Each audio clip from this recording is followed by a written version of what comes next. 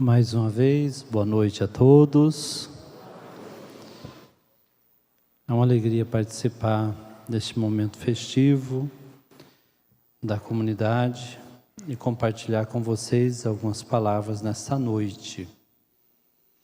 Ouvindo a primeira leitura de hoje, eu fiquei pensando, cada um que já passou por aqui ou ainda vai passar para conversar um pouquinho com vocês, traz uma carta. E assim como Silas e Barnabé foram portadores dessa carta de Deus para a comunidade naquele momento.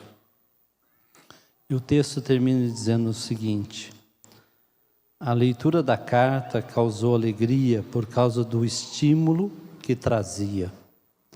Eu espero, assim como as outras noites também, que este momento seja um momento de trazer um estímulo para que possamos viver melhor a nossa fé.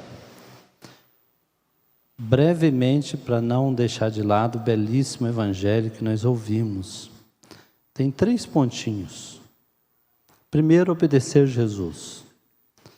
Este é meu mandamento: amai-vos uns aos outros como eu vos amei. Façamos esse propósito. Senhor, queremos obedecê-lo. Segundo, crescer em nosso relacionamento com Ele. Já não vos chamo servos, mas chamo-vos de amigos. Amigos. Você tem Jesus como seu amigo, quer crescer nesta amizade? E o terceiro pontinho,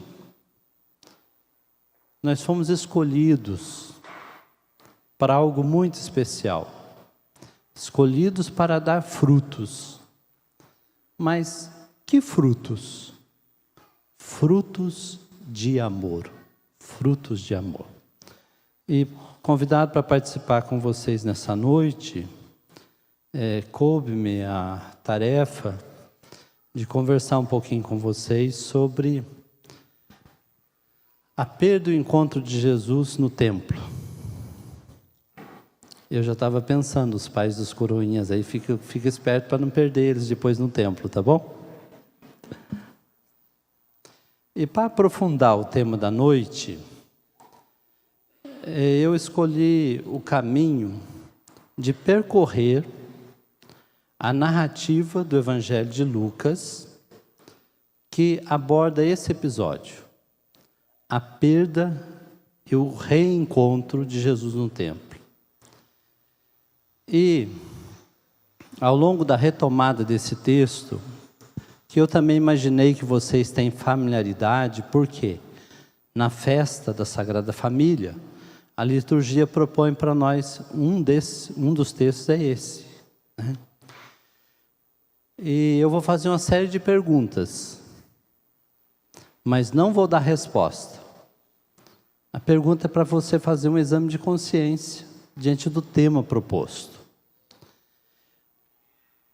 Lucas, mais do que narrar um fato, o que interessa para ele é o sentido teológico e catequético. É isso que eu quero compartilhar com vocês. Então, sem mais, indo para o texto, tirando algumas lições para nós. Olhando para aquele texto de Lucas, a primeira coisa que nós percebemos é que os pais de Jesus eram fiéis, devotos, e por isso ia ao templo de Jerusalém todos os anos por ocasião da Páscoa. Há 3 festas importantes para os judeus: Páscoa, Festa das Tendas e Pentecostes. Os pais de Jesus viviam de forma comprometida a sua fé. Faziam a romaria para Jerusalém, ao menos na Páscoa. E hoje, como vivem nossos pais? Então já estou começando os questionamentos aqui. O episódio da perda no templo aconteceu quando Jesus tinha, vocês lembram a idade de Jesus? 12 anos. A idade mínima exigida para que o menino fosse ao templo era 13 anos. De 13 anos para cima, o homem adulto tinha que ir na festa da Páscoa. Com isso, ao dizer que ele tem 12 anos, Lucas apresenta Jesus precoce para constratá-lo com outras crianças de seu tempo. Pergunta: os filhos são incentivados a buscar e a se envolver com as coisas de Deus logo cedo? Você tem feito isso em relação aos seus filhos? Terminada a festa, os pais retornaram em caravana e o menino ficou para trás, sem que seus pais se dessem conta. Isto não é muito comum, vocês não acham? Pai e mãe largar filho para trás? O que aconteceu? Falta de cuidado, falta de diálogo entre José e Maria. Hoje, os filhos têm ficado para trás?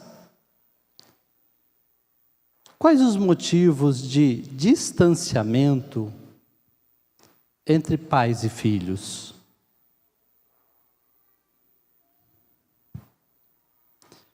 Depois de um dia de viagem, voltaram a Jerusalém à procura de Jesus.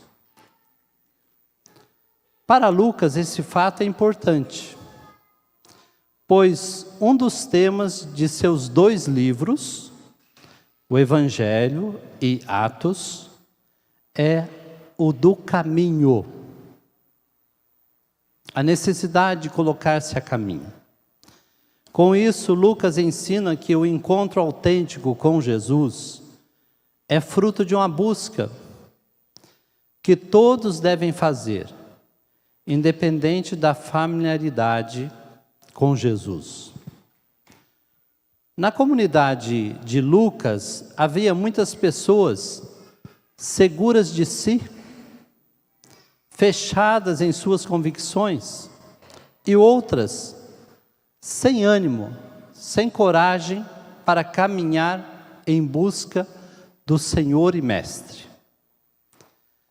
Se até Maria e José tiveram que buscá-lo e só o encontraram depois de muito esforço, assim também será conosco. Então, tenho buscado quem tem ficado perdido, tenho me esforçado para colocar-me a caminho, especialmente você, pai e mãe, e serve de tabela para os avós também. Quem que é avô, avó aqui na missa? Levanta a mão, quero ver. Acho que tem bastante, porque tem bastante criança aí que veio. Ok, né? Serve para os avós também. Você tem procurado seus filhos? Seus netos? Os filhos, hoje, têm ficado perdidos em outros templos. Não é? Em outros templos. Será que os pais têm se dado conta? Maria e José se deram conta depois de um dia. Quanto tempo hoje os pais têm percebido que os filhos estão perdidos em algum templo?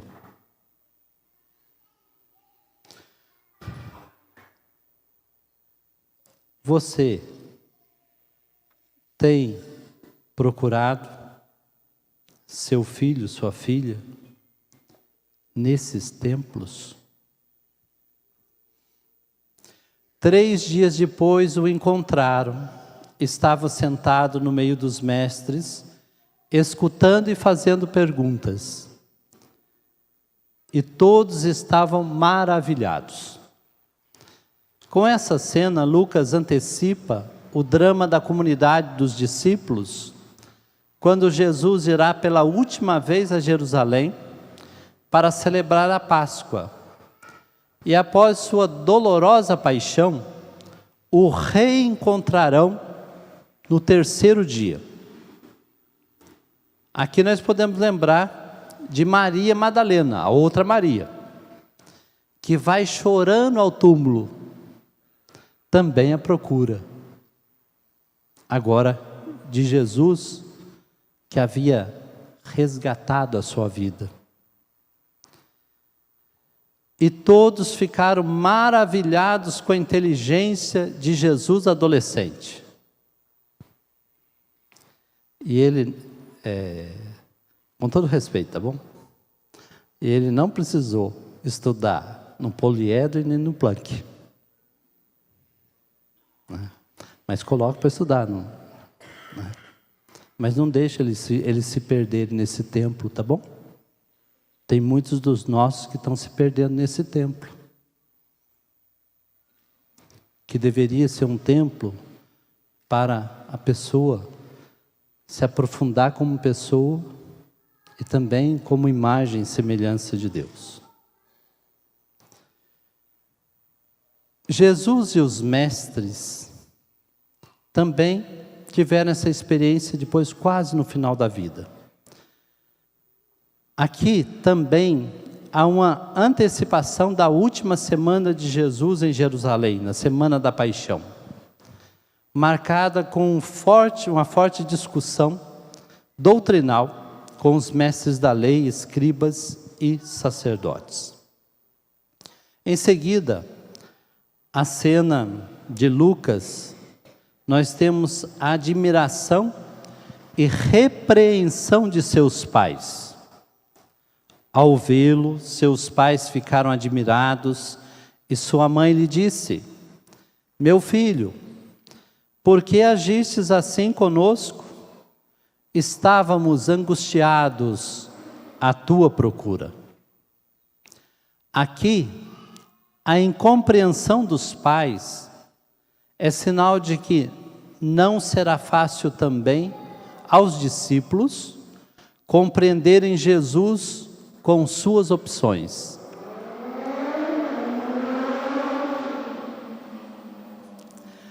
A aceitação e a compreensão de Jesus e sua mensagem é um processo longo. Hoje, os pais têm coragem de repreender os filhos? Pelo amor de Deus, não passe sua mão na cabeça, corrija, diga não. Nós não morremos e estamos aqui ficando de cabelo branco.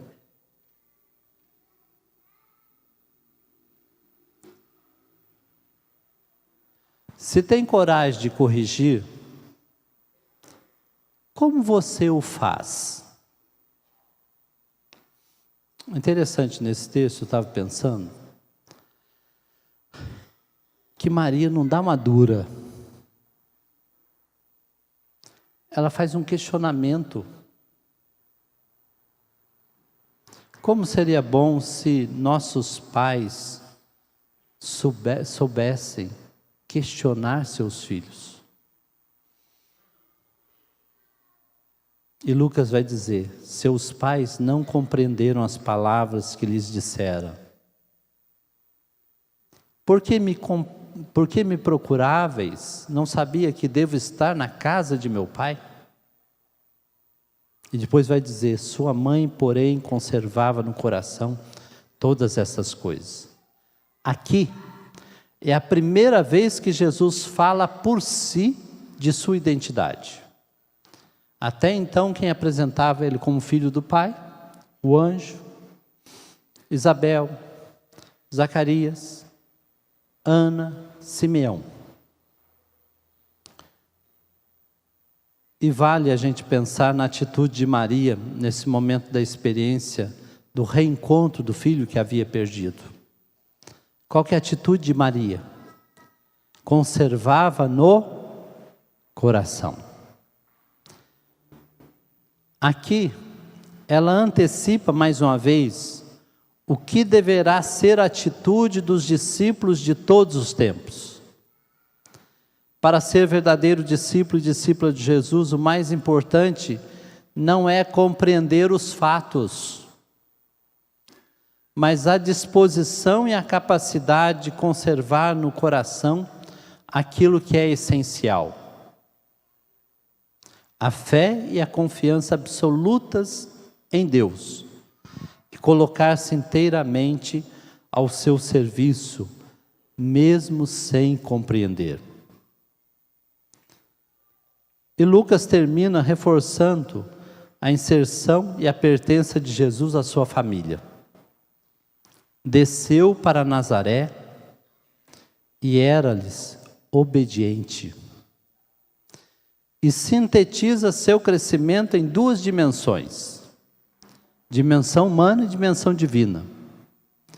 E Jesus crescia em sabedoria, estatura e graça diante de Deus e dos homens. Hoje, podemos afirmar que nossas crianças, adolescentes, jovens, também crescem nessas duas dimensões? Chega de pergunta, né, gente? Mas eu queria contar uma história para vocês, fato da vida. Porque desde o momento, o Padre Reinaldo pediu que trocasse, né? Daí eu tive que repensar o tema. Eu ouvi uma história, não faz muito tempo, uns 15 dias, essa questão do drama das perdas dos filhos.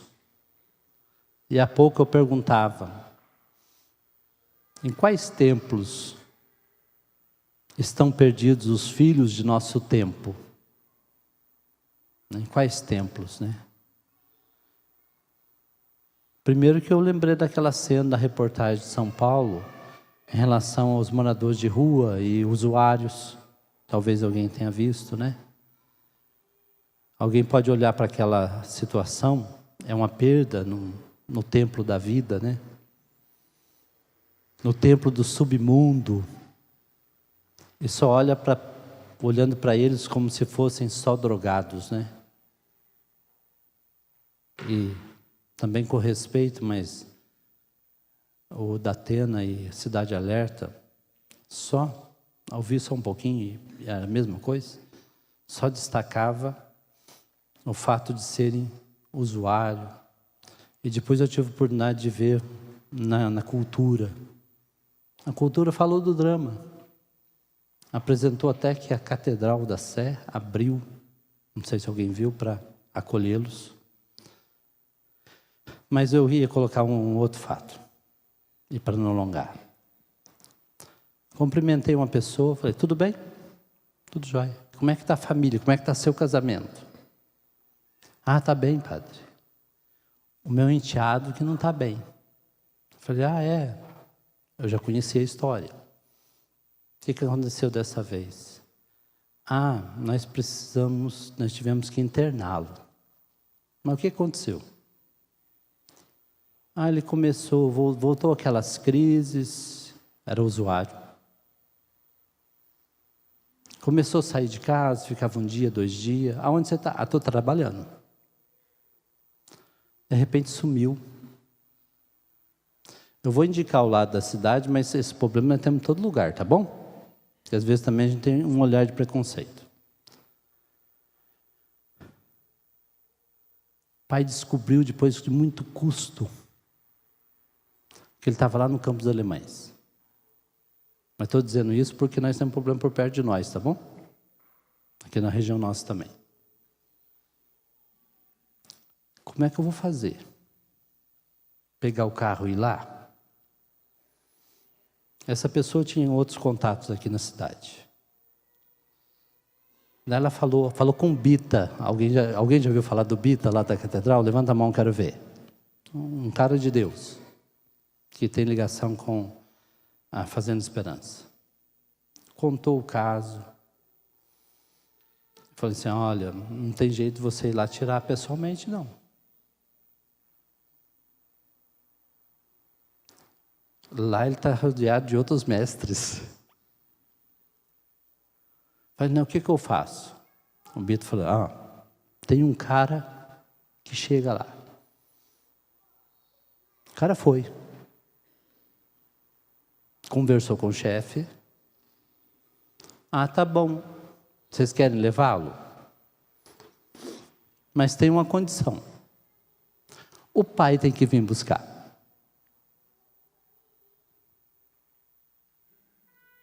Como que você reagiria?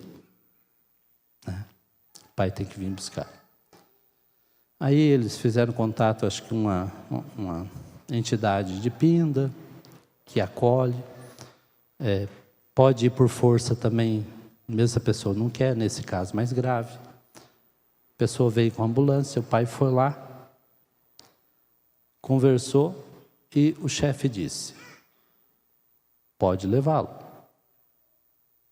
mas ele não volta mais aqui. Porque até então ele havia apanhado, aquela coisa toda que você possa imaginar, depois de 15 dias sem tomar banho, sem o Estado. Teve que resgatar desse templo esse filho. E eu fiquei pensando no drama desse pai, né? Muito diferente, com todo respeito a São José, o drama de um filho que se perde num templo, né? Religioso, não é verdade? E quantos não se perdem hoje? Eu vou contar uma historinha rapidinho, pode? Lógico, você vai autorizar, né? Lá no começo do meu ministério, há 25 anos atrás, acolhi uma mãe desesperada e não sabia mais o que fazer com seu filho, de 16 anos, ou coisa parecida. Até que um dia ela chegou e falou assim, padre, vão matar meu filho.